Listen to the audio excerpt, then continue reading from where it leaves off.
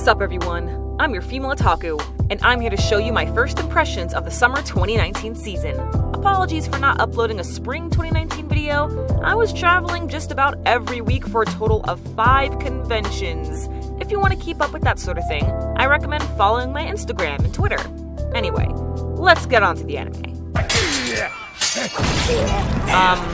I said let's get on to the anime? Hello? What do you mean this is an anime? This looks like something straight out of HBO. Wait, are you serious? Okay, how do I sell you on Vinland Saga? I know a lot of us watch anime because it's so much different from Western TV shows, but I actually like Vinland Saga because it doesn't feel like an anime whatsoever. There's not a single classic anime trope to be found, and heck, the plot of the series itself is all too similar to Western tales of revenge. I recently found out that Vinland Saga is loosely based off of actual Vikings, so I think that's pretty cool. However, I feel like any minute I'm going to hear a sudden announcement that Vinland Saga is getting an Emmy, because that's how good this anime is, guys. I will say that if you want an anime that doesn't feel like an anime with some motherfucking Vikings, then put Vinland Saga at the top of your must-watch list. Oh, so it's not your style? Okay, no worries. I got you with something that could only happen in anime. Alright, check this out.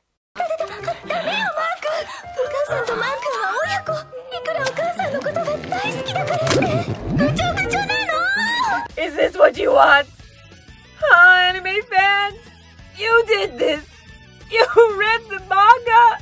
So clearly that meant you wanted this to be an anime, right? Right!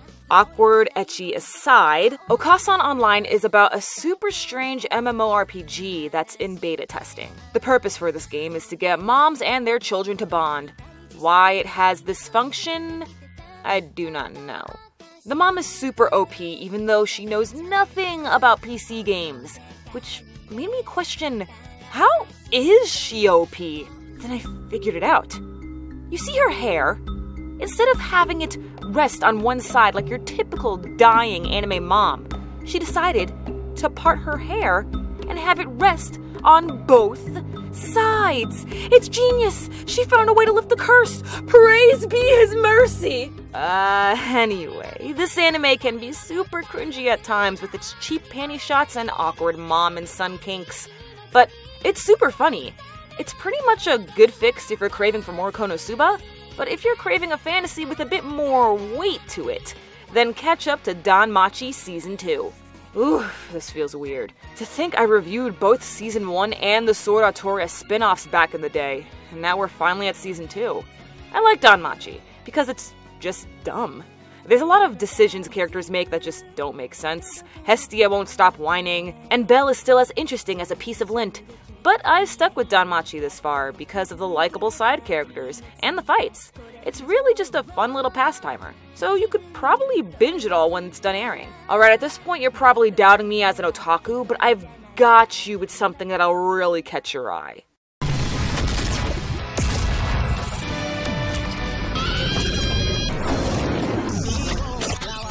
Haha! Firefighters! Am I right? Am I right, boys? Boys? Please trust me. 2 things you should know. 1, it's from the creator of Soul Eater. 2, it's basically Blue Exorcist but with actual fire and girls that aren't stupid. Okay, tell me I'm wrong. This is the first time you've stared at a girl's muscles more than her opie. Hey, don't you try to deny it. I've seen your lock screen, Timmy. You can't hide it from me. Moving on. Fire Force is already confirmed for 48 episodes, most likely because of the Soul Eater hype. The world is pretty interesting, with having fires being started by flame demons, and then being put out by religious firefighting mages. It's such a wild concept, but I'm genuinely interested in what's gonna happen next.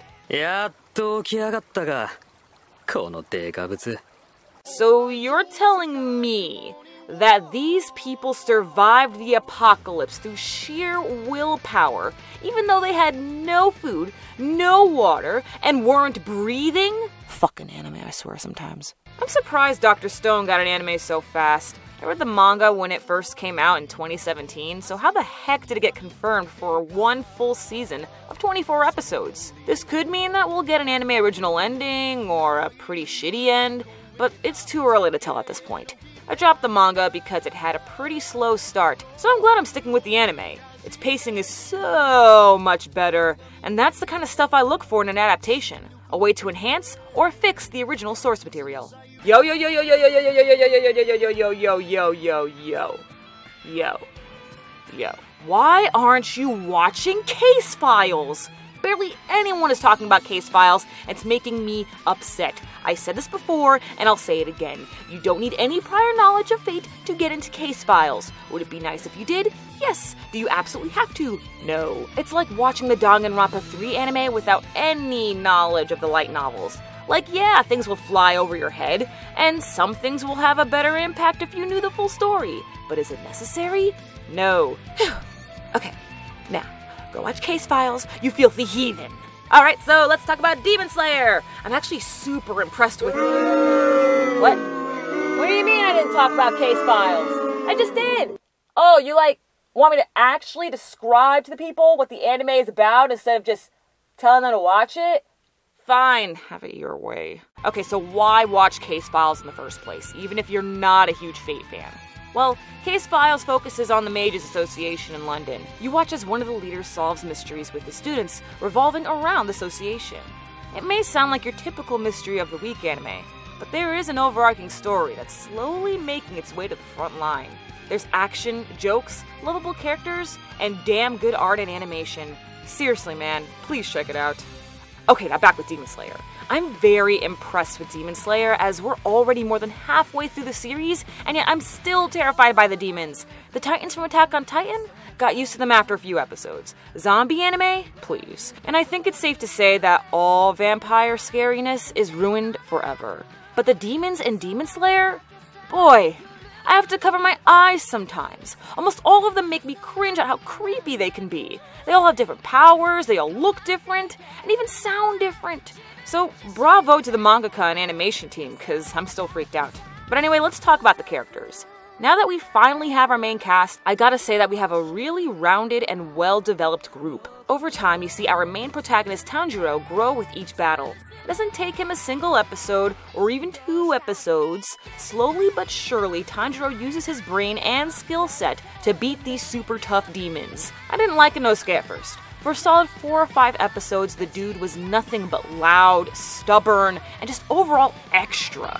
Like, I thought Bakugo was gonna pop a vessel, but get a load of this guy. However, just like Tanjiro, over the course of a lot of episodes, Inosuke starts to mellow out after being shown kindness from his team and strangers. He doesn't understand it for a while, but eventually other people's kindness starts to make him soft, and he's finally starting to mellow out. And lastly, Zenitsu. This dude was annoying. Scared of everything, wouldn't stop crying and whining. Even after we found out his cool trump card, I still didn't like him. I only respected the man when he started to man up. Zenitsu was terrified to help his friends in a battle in the woods, and to be honest, I can't blame him. But he still went in there, and that takes a lot of courage. Took him forever, but at least he did it. What I'm trying to say here is that Demon Slayer takes its time. No character is OP from the beginning, and steady pacing helps you appreciate the cast's victory throughout each battle. I've got mad respect for this anime, and it's taking every bone in my body not to catch up to the manga. In all honesty, Demon Slayer may just make it into my top 5 anime of the year. That's how great it is. So, our journey with JoJos has finally ended. Well, at least for part 5. At this point, I cannot say it's the best part, but I will say it's pretty damn good. For one thing, the main characters shared enough screen time.